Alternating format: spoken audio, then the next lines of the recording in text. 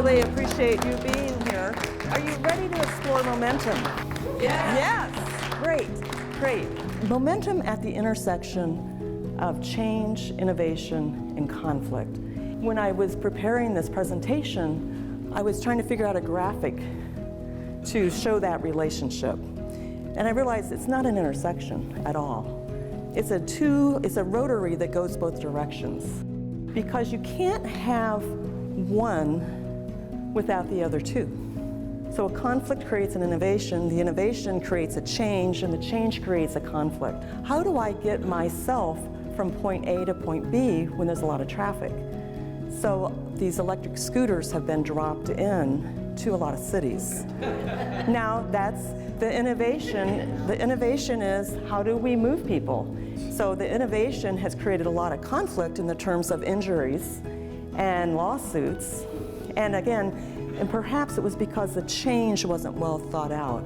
So there's a change that happened, but people haven't learned and adapted to the change. Could you make a fist? So what happens when this force meets some resistance? Oh, this is interesting.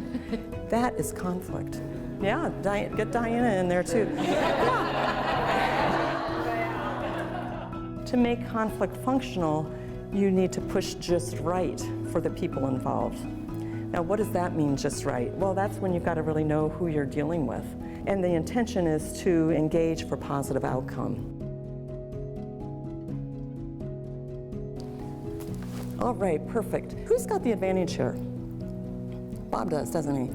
He came straight at me. This is force versus force. The strongest person will win this battle. This arm is the issue.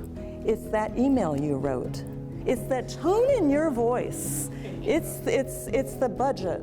It's all those things, and we get caught right here. So now, who do you think has more influence in this relationship? I do, don't I?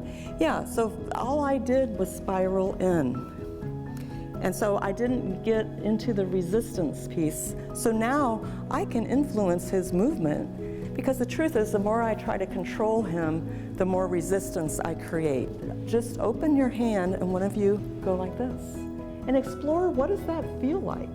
What does it feel like to decide, I want to move rather than force something? And that's the beautiful thing about spiral, is you don't have to hit somebody over the head with a hammer.